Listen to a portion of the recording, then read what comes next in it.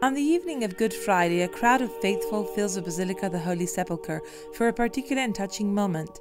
It's a funeral procession, a celebration led by the Franciscans and presided by the Custos of the Holy Land that brings to life in a poignant way the hours following the death of Christ.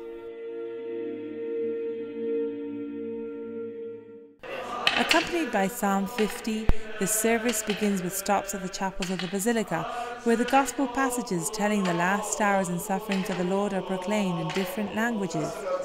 At Calvary, the excerpt of the crucifixion is read. And now comes the most moving part of the office. At the central altar upon the rock of the Golgotha, the nails are removed from the crucifix.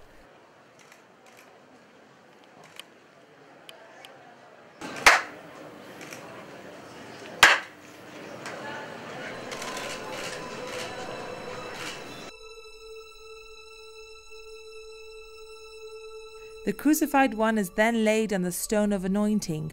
Here the Father Custos honours the dead body by pouring on it salt and perfume.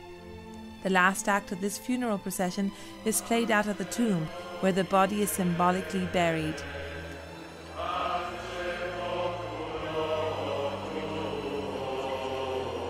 This commemoration of the deposition and entombment of Christ, a mimesis that takes place from the top of the Calvary to the edicle of the Holy Sepulchre, is reminiscent of the old medieval representations inspired by the Passion of Christ and called ministries. But it's more striking than ever in this place, where the events actually happened. For this reason, the evening is characterized by an atmosphere of suspense and reverence, and despite the cramped space that does not allow many to follow closely what is happening, the celebration takes place in a climate of true recollection. Night falls on this holy place that has relived the deposition and burial of Christ, and that is getting ready to wake up the next day with the announcement of his resurrection.